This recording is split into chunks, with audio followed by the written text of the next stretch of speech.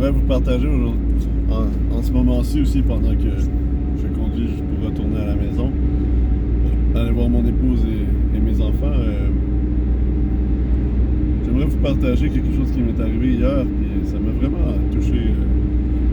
J'ai eu à parler avec avec deux frères avec qui je me ressemblais dans le passé ici en Acadie, où ce que je vous ai déjà partagé dans d'autres témoignages les situations qui étaient arrivées dans ce groupe-là, puis la raison pourquoi je m'étais retiré, puis comment depuis le Seigneur a vraiment ranimé le feu du premier amour et la puissance du Saint-Esprit est revenue sur ma vie et je peux maintenant marcher dans une pleine liberté avec l'ardiesse et l'amour et le zèle de proclamer Jésus-Christ.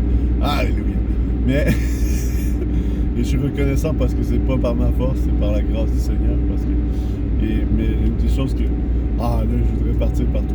Mais il faudrait que je regarde en avant.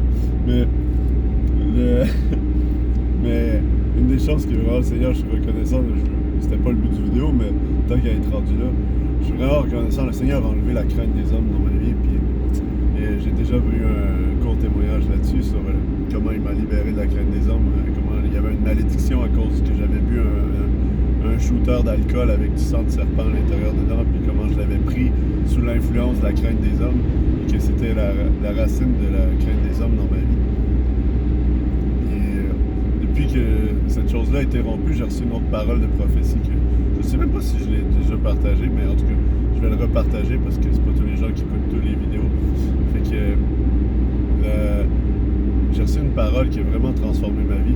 Puis là, je suis en train de changer totalement la raison de vidéo, mais le vent, il souffle dans cette direction-là. Fait qu'on s'en va par là. Merci Jésus. Projet numéro 1, abandonné. Projet du Seigneur. Le voici. Alléluia. Bon. J'ai reçu une prophétie qu'un frère m'a imposé les mains dernièrement, puis il m'a dit une chose, cette parole-là, que si vous pouvez saisir ce qu'elle veut dire pour votre vie, vous allez y trouver une très grande liberté. Il m'a dit, es-tu prêt à repartir à zéro et à devenir zéro? Puis repartir à zéro, c'est la partie facile. Faire un restart, pour certaines personnes, ça peut être difficile peut-être, mais dans ma vie, je suis toujours prêt à un restart parce que dans le fond, ça sert à quoi de rester attaché sur des traditions qui te gardent captif dans le mensonge? Fait que s'il y a quelque chose qui est mauvais, ben on l'enlève, on le détruit, on le met en pièces comme le veau d'or, on le met en poussière, puis on l'éparpille dans les eaux pour que c'est de la gêne, puis on s'assied que sur la vérité. Fait que là, ça c'est la partie facile, repartir à zéro. Oui, c'est vrai, au moment où j'ai entendu cette parole-là, j'étais dans un restart. C'était une parole qui confirmait ce que le Seigneur faisait déjà dans ma vie à ce moment-là. Mais être zéro, ça c'est la chose la plus grandiose qu'on m'a jamais dit. Être zéro, c'est juste... Es-tu prêt à être... Si, mettons, on fait une équation mathématique, le Seigneur veut faire quelque chose avec ta vie, mais ton ajout dans l'équation, c'est zéro. Alors, si tu es zéro dans l'équation, c'est que le reste ne peut être que le Seigneur.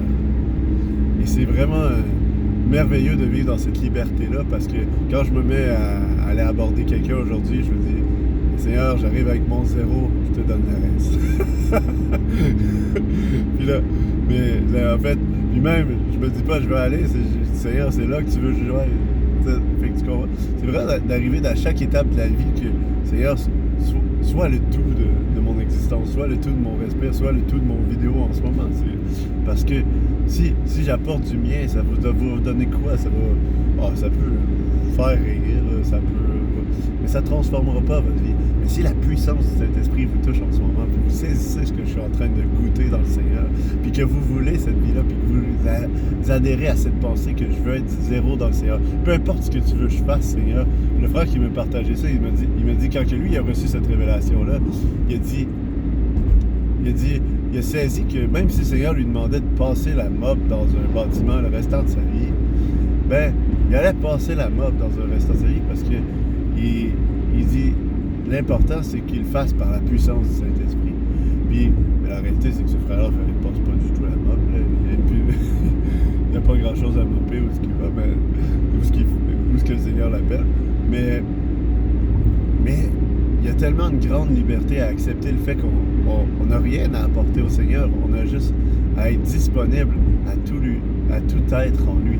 Puis c'est ça qui Christ en nous, l'espérance de la gloire. Attends un peu, là, je le répète. Christ en nous, l'espérance de la gloire. Non, juste pour être sûr, vous comprenez. Le mystère caché de tous les temps.